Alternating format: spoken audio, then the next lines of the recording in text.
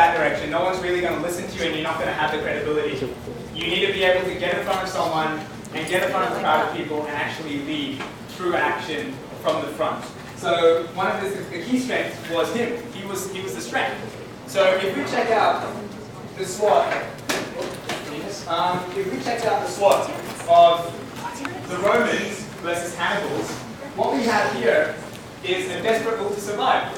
You're outnumbered 2 to 1. You don't want to die. Right? You're outnumbered 2 to 1 and there's a superior fighting force that is more well armored than you. You do not want to die. So you have a bunch of desperate men that want to survive. Superior knowledge of the enemy. Situational analysis. Know the competitor. Know the business environment. In this case, it means life or death. And today, it means you lose your money, but then it means life or death. Right? So he knew Roman tactics. He knew that the Romans were going to come charging in. He had superior leadership, disciplined infantry, and quality and quantity of cavalry. Opportunities that he leveraged, the predictability of Roman tactics and a lack of cohesion in the Roman leadership. He knew that this entire fighting force of 87,000 men was actually commanded by 2 people instead of 1. Yawning. Yeah, so it was commanded by 2 people instead of 1. And these 2 guys were actually polar opposites. One was extremely abrasive and the other one was extremely timid. You put it together and you put them in front of 87,000 men, you got a bad thing about to happen. Right? Essentially, he leveraged his strengths against the Romans, who badly planned, and he won. In business and life, it's the same thing. You need to have a thorough understanding of what you're getting into. Know your competitors, know your industry, know the environment, and you'll win. And the best way to sum it all up is Sun Tzu quote. Who here has heard of the book Art of War? Yeah? Very cool. If you know the enemy and you know yourself, your victory will not stand in doubt. If you know heaven and you know earth, you make victory complete. Know your enemy and know your environment, and your victory is guaranteed. Alright, let's jet ahead because I've just been given the call by turns and I'm taking up too much time. So I'm going to go straight into target market. So everyone here has got the concept of the SWOT lockdown? Yeah? Cool. We're going to go straight into target market. Now, during my time starting my own business, essentially what I did a situational analysis and I saw that in Macquarie University there was a huge problem with tutors. Right? Tutors were extremely unreliable. They charged anywhere from $60 to, wait for it, $200 an hour. And they didn't always provide $200 worth of service. So what you have is very volatile prices, very bad quality, and no real established brand. So my idea was all about establishing a brand of tutors that was reliable, it was quality, and it was focused on service. So reliability, quality, and service was really the 3 pillars of the business that I established. And so I had to ask myself, who was my target customer? Who did I want to sell to? So the Faculty of Business and Economics was my market, in the sense, because I was doing commerce tutoring. But the Faculty of Business Economics has 20,000 students in it. That makes my marketing job a little bit hard, because how do I reach out to a mass market of 20,000 students? So how do you cut your market down? How do you target on your customers? How do you identify them? Any suggestions?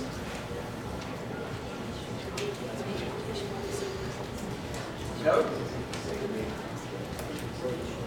Come on, everyone's whispering. Like tiny voices. Someone throw out something at me. Market segmentation. Market segmentation. Genius. What's your answer? What? What's your name? I'm Simon. Simon? Okay, solid. Simon's on the ball. So, market segmentation, right? If my total market was all Faculty Business Economics students, I'm sitting at 20,000 students. That isn't a very good number to play with. So I asked myself, how can I segment this down into its smaller component parts? The Faculty of Business Economics, the total market, was actually broken down into 4 years. Right? So the first year student, second year student, third year student, fourth year student. So I used variables, measurable variables, like what year students were in, to cut the market down. So I factored that in. I'm only looking for first year students. So that instantly takes my 20,000 student market down to 5,000. Right? I effectively shortened my target. And then I asked myself, what other measurable variables can I use? I targeted what units they were studying. So I was offering finance, economics, statistics, tutoring. So I cut that down from 5,000 to roughly about 3,500 to 2,500, roughly around that area, right? And then I wanted to get even more targeted. Did I want to provide tutoring for all of them? Or do I want to provide tutoring for the ones that are most likely to bite, right? And what I mean by that is students that were extremely high performing and wanted to get a bit extra, and students that were extremely low performing and just wanted to survive the damn thing, right? So I used my last segmentation variable as performance within the unit. And that cut my market down to roughly about 1,500 students. So I picked high performing and low performing students to be my final target market in those 4 units, right? I then asked myself, is it accessible and practicable? Is that what you say? Practical. Practical. I've been talking for a while. So, is it accessible and practical? I trademarked that word, by the way, practicable. So I asked myself, can I actually reach this market? And does this market actually even exist? So the beauty of social media means that I can reach them, and the beauty of lecture batching, which is when you just rock up into classes and you pitch your service. So it allowed me to reach them pretty easily. And the last one is it sustainable? Who here remembers video cassettes? Yeah, right? Video cassettes is an example of a market which is not very sustainable. What happened? Technology came, technology changed, and that changed the entire game. Now video cassettes are a thing of history, right? So you've got to ask yourself, is the industry I'm getting into a highly volatile one? Is constant technological change changing the game? Is it going to affect my segment? Is my segment sustainable? 5 years down the lane, will it exist? I ask myself that. 5 years down the lane, will students be studying economics, finance, and statistics? Yeah. University isn't going to be taking that off their curriculum anytime soon. Another you know. Right? So make sure that when you're segmenting the market, you use those 3 variables. Measurable, has to be accessible, and sustainable. Cool? Remember about that? And the next part is how do you target segments? Friends, how long do I have? Over time. Over time? Yeah. Fantastic. Let me just blast through this. Okay. Let's take an example. I want to enter the automotive industry, right? I want to enter the automotive industry as a small player. I want you guys to tell me, is there sales potential? Would I be able to sell a car or 2 here and there? Yeah, right? More or less, I'd be able to maybe get a car to my mate. I'd be able to sell a couple of cars a year and make some profit. Is it saturated? Yeah, it's heavily saturated. So you have to ask yourself, is there sales potential in the segment that I want to target? And is it highly saturated with competitors? If there's sales potential, that's good. But if it's highly saturated, what's going to happen? I'm looking for a keyword here. What's going to happen if you enter a highly saturated market? Who has the power in pricing? The consumers has the power in pricing, so your margins are going to be small, right? So you've got to ask yourself, if it's a highly saturated market, do I want to be entering it? Because I'm not going to have much pricing power. And the last one is cost structures. How much is it going to cost me to reach these consumers? Are there going to be ridiculous advertising costs? Are there going to be ridiculous media costs? Or can I use simple things like social media to get my message out there, right? So ask yourself, cost structures. You can use that to cut your segments down even more. Now that's really assuming that you haven't already found your perfect segments. But if you find, say, 10 segments and you say, I want to really only be in 3, then how do you cut it down? Sales potential, see who's in there, and what are the cost structures. Right? So if you guys are doing donation campaigns, then ask yourself, what's the donation potential? Do I want to be targeting people in low socioeconomic areas? No, because they're not going to give me the money. Do I want to be targeting corporates? Hell yeah. They got cash to throw around, right? The next thing, guys, is goals and objectives. I'm going to race through this next part, so just take down notes quickly. Terrence is giving me the look. So goals and objectives, really simple. You as a team, when you're putting your plan together, you need to ask yourselves, what is my end result going to look like? How awesome do I want this campaign to be? remembering that first thing that I discussed about entrepreneurship, you have to see it, and then you have to believe it, and then you see it, right? So what do you believe you can achieve as a team? Ask yourself, what are you capable of achieving as a team, and what do you believe you're going to be able to achieve as a team, and set a vision. What do you want to achieve for this business plan? How awesome do you want it to be? Do you want to win it? Then go for it. Make that the vision. From that, you got to draw your goals, right? If I want something to be at the highest level possible, what is the quality that is required, and what are some of the goals that I need to draw from? So I'm going to use your example, so generation entrepreneur, right? So let's say that you want to spread out and be a national brand, right? You want to be a national brand and you want to have ambassadors in every school. You've got yourself a really broad vision. You want to be the student entrepreneurship brand in high schools. So from that, you would draw some goals. So maybe a long-term goal would be by 2016, we want to have New South Wales locked down. We want, 200 schools in New South Wales locked down to have Generation Entrepreneur squads in there. What you've done is basically taken a vision and translated it into some specific, measurable, achievable, realistic, and time-bound goals. Right? Who's heard that concept of SMART? Yeah? Alright, a lot of hands on that side of the room. So make sure that you translate your vision into SMART goals. Okay, racing through it. Marketing and strategies. Who knows the 4 Ps? Yeah? Someone chuck it out there. Okay. Right, okay, you guys got a lockdown. I'm not going to rant about this. We'll have online resources that explain more. Yes, Terrence? Cool. So we'll have more on that online resources. I'm going to just jet straight through it. You guys have it locked down. Budgeting. Fun stuff. Okay. Just take down some of these keynotes, guys. And I'd say, with regards to budgeting itself, it's all about attention to detail. So identify all your financial resources that you're required. Make sure that you count for everything, small things, be it pens to the large costs of maybe printing proposals and stuff like that. So account for everything. The second thing is really account for costs for product, price, placement, and promotion. So look at each of those individually and ask yourselves, what are the costs associated with each of those areas? The next thing, by now you all will know, plan for a rainy day. And part of your situational analysis should be, what about the threat of me going over budget, right? So where am I going to be able to get additional funds from? So account for that. Always keep funding backups. Don't leave yourself high and dry without cash, because that's not a pretty place to be.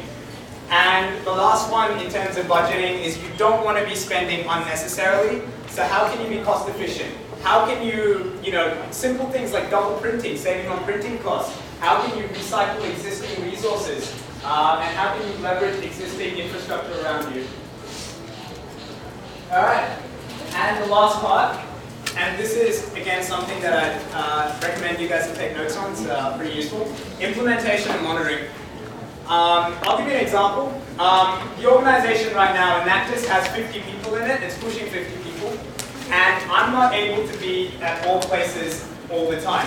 So for all the entrepreneurs here who are thinking of rapidly expanding a business, I'm looking at you too, and there's probably other entrepreneurs in here as well that want to be thinking about expansion of business. How do you hold people accountable, and how do you get things done when you have large goals to achieve?